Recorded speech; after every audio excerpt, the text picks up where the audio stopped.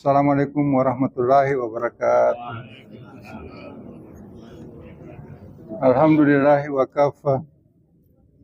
Salatu wassalamu rasulillahil mustafa wa ala alihi wa sahbihi wa man wala, amma ba'du. Bersyukur pada Allah Subhanahu wa taala, malam ini kita masih diberi kesempatan untuk hadir berkumpul bersama dalam suatu acara dialog rutin di Masjid Jamiatul Khair untuk membahas masalah-masalah keagamaan. Tak lupa kita kirimkan salam rindu, salam cinta kepada kekasih Allah baginda Rasul Sallallahu Alaihi Wasallam. Seandainya bukan karena beliau, mungkin kita menyembah batu, mungkin kita menyembah pohon, mungkin kita menyembah matahari. Tapi berkat beliaulah kita mengenal Allah dan menyembahnya. Mudah-mudahan kita semua yang hadir di sini adalah orang yang kelak akan mendapatkan syafaatnya di yaumil akhir. Amin amin ya rabbal alamin. Baik, malam ini kita mencoba mengambil tema kurikulum kekasih Allah, yaitu mengenal Allah. Mengenal Allah itu dibagi tiga. Pertama, mengenal wujudnya. Yang kedua, mengenal nurnya. Dan yang ketiga, mengenal sirnya. Inilah kurikulum kekasih Allah. Dan kekasih Allah itu apabila bertemu, berkumpul, bercerita, maka ini yang dia ceritakan. Tidak keluar dari yang tiga ini. Sama yang lainnya kalau kita misalnya senang pada sesuatu, misalnya senang olahraga ke tenis, kalau kita ketemu sama senang olahraga, pasti yang kita ceritakan olahraganya, tenisnya, apa. Ya, itulah. Sama kalau kita cinta orang, cinta sesuatu kepada orang, yang kita ceritakan Pak, pasti baiknya, cantiknya, keluarganya. Sama kalau kita cinta kepada Allah, yang kita ceritakan yang tiga ini. Tidak keluar dari tiga ini. Wujudnya kaitannya dengan zat, nurnya kaitannya dengan sifatnya, sir adalah gabungan marifat dari sir yang ada di dalam ruh. Dari dalam ruh itu ada namanya sir. Dari ibarat suatu dalam ruh itu ada ruangan, ada suatu tempat yang dia bersekap-sekap. Ada marifatul sir, ada marifatul zat, ada marifatul sifat. Dia terbagi di dalam ruh itu. Tapi malam ini kita hanya mengambil yang kedua, yaitu nurnya, yaitu sifatnya. Karena sudah ada dalam pembahasannya di ilmu akidah dan mendalam di kalangan ilmu tasawuf, dan kitab-kitabnya sudah berkembang. Di antaranya kitab Imam At-Taillah Sakandari. Apa kata Imam At-Taillah? Mimma yadulluka, yang menunjukkan, dalil yang menunjukkan engkau terhadap wujud kehebatan Allah, wujudika riyadha ta'ala, betapa hebatnya Allah, engkau terhalang menyadari wujudnya dengan sesuatu yang menghalangi wujud itu tidak ada bersama Allah. Nyambung Pak. Nyambung ya, connect.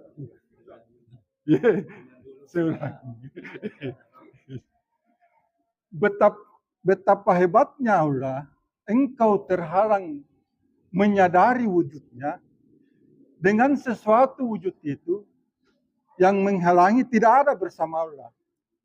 Allah wujud kan? Allah wujud. Dulu Allah sendiri atau sudah ada makhluk? Sekarang Allah masih sendiri kan? Allah masih esa sekarang. Kita wujud. Kita wujud kan? Kita wujud. Apa bedanya wujud Allah dengan wujud kita?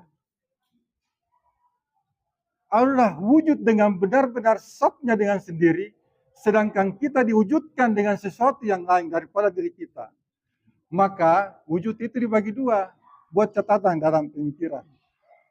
Ada wajibul wujud, yaitu wujud dengan zat dia sendiri, sedangkan ada wujud bihairi, wujud yang bukan dengan zatnya, tapi diwujudkan dengan sesuatu yang lain. Kita Diwujudkan atau diwujud sendiri? Malaikat, aras. Tapi kenapa kita berdebat bahwa Allah bertempat di aras atau bukan? Aras itu ciptaan. Jadi artinya ciptaan berarti tadinya dia tidak ada, terus diadakan. Terus kenapa kita berdebat sampai berselisih paham bahwa Allah bertempat di aras atau bukan?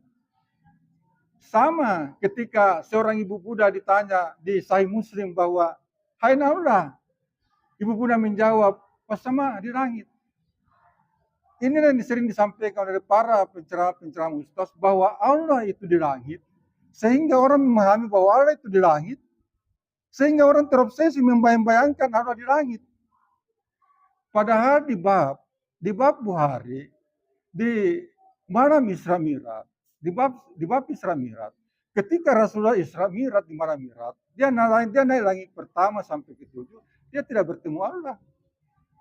Dia bertemu para malaikat, dia bertemu para nabi, ketemu Nabi Adam, ketemu Nabi Musa, ketemu Nabi Ibrahim.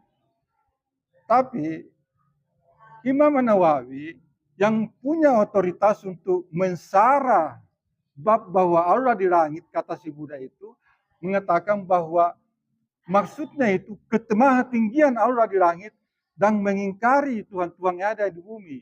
Maksudnya berhala itu. Itu maksudnya Imam Nawawi. Jadi aras itu diciptakan. Artinya tadinya tidak ada, Allah ciptakan. Jadi kita sepakat bahwa aras itu ciptaan. Dan Allah tidak mungkin menempel pada sesuatu yang diciptakan. Allah tidak mungkin mempersamai sesuatu yang menjadi ciptaannya.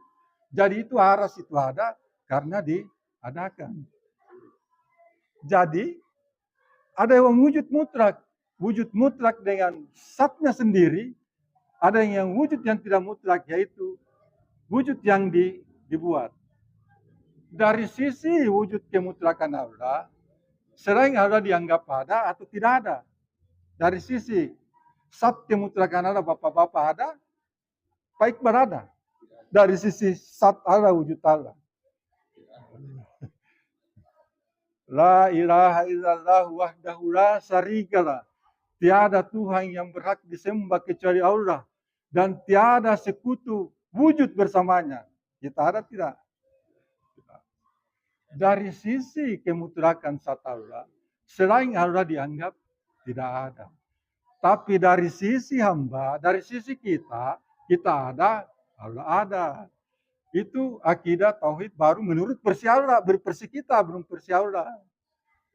Jadi yang ini agak berat, mungkin agak berat dari ngaji-ngaji begini. Bila kalau orang itu sering, makanya itu kalau ada ceramah-ceramah yang sering kasih ketawa-ketawa itu memang banyak disukai karena di dalam diri manusia itu ada sering mau ketawa. Sering, cuma masalahnya kalau yang kajian-kajian begitu yang sering ketawa, setelah lepas itu maka hilang. Kalau kajian-kajian rohani yang kalbu itu rohani gembira, rohani senang. Dan dia selalu bertanya, dia selalu mencari. Walaupun dia selalu bertanya, mencari. Dan dia selalu mencari. Begitu. Ya, baik. Di antara kedahsyatan Allah, kehebatan Allah, Allah menirai kalbumu, menghalangi kalbumu dengan wujud, dengan sesuatu apa? Dengan sesuatu wujud itu tidak ada bersamanya. Aras makhluk. Kursi, asyuk kursi umapis samawati walar, maha luas kursi Allah. Surga, makhluk. Neraka, makhluk. Dan orang terhalang untuk menyadari kesadarannya bertuhan dengan si makhluk-makhluk tadi. Itu yang menghalangi untuk pemahaman kita terhadap bertuhan kepada Allah Subhanahu wa Ta'ala. Maka di kalangan ulama terbagi dua. Ada ahli kalam, ahli akidah, ada ahli marifat. Kalau ahli kalam, ahli akidah membuktikan Allah itu dengan alam. Apa buktinya alam ini ada? Ada yang mencipta. Ya Allah Subhanahu wa Ta'ala. Bahkan pakai ayat, Qul huwallahu ahad wa in syakartum wa man salaka ma fis samawati wal wala qul innallah. Jika engkau bertanya, siapakah yang menciptakan langit dan bumi? Maka mereka menjawab, Allah. Itu teori ahli kalam, ahli akidah. Ada kelompok kedua yang ini Imam At-Tabari sendiri mengatakan, orang yang mengenal Allah tidak perlu dengan wujud alam, yang alam itu tidak pernah menyekutuai Allah. Jadi alam itu tidak pernah mempersamai Allah. Jadi matahari itu makhluk, gunung itu makhluk, langit itu makhluk. Bagaimana membuktikan menurut kelompok pertama? Lihatlah langit, lihatlah gunung, lihatlah matahari. Itu semua ada karena diadakan oleh Allah Subhanahu wa Ta'ala. Kalau orang-orang marifat, bagaimana ngomongnya? Bagaimana cara ngomongnya orang marifat? Bagaimana pendapatnya? Mengapa engkau membuktikan wujud Allah dengan sesuatu yang tidak ada bersama Allah? Alam tidak pernah mempersamai Allah dan Allah tidak pernah menyekutuai alam, mempersamai alam. Karena Allah dulu sendiri, sekarang sendiri, sampai nanti sendiri. Dia Esa dulu sampai sekarang Esa dan dia nanti sampai Esa. Jadi bagaimana cara membuktikan wujud Allah? Bagaimana cara membuktikan wujud Allah menurut orang marifat, ahli-ahli marifat? Buktikan wujud Allah dengan wujud dia sendiri. Buktikan wujud Allah dengan sifat dia sendiri. Buktikan wujud Allah dengan perbuatan dia sendiri.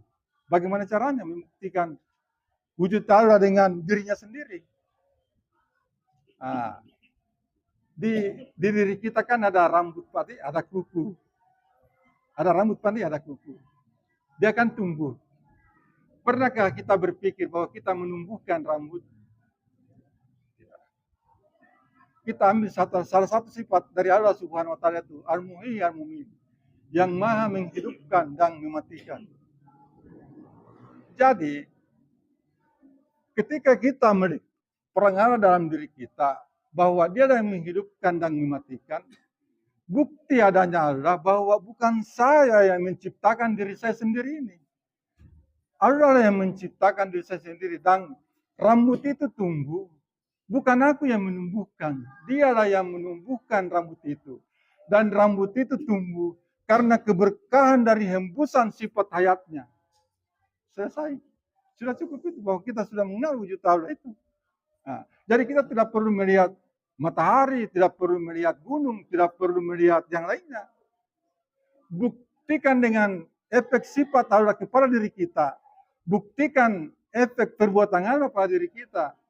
Nah, itu orang-orang marifat baru menganggap baru level 1. Sifat-sifat yang standar yang umum orang ketahui. Kalau orang-orang yang ahli wilayah sudah naik ke levelnya lagi, sudah masuk ya tahu, sudah masuk ke rasa.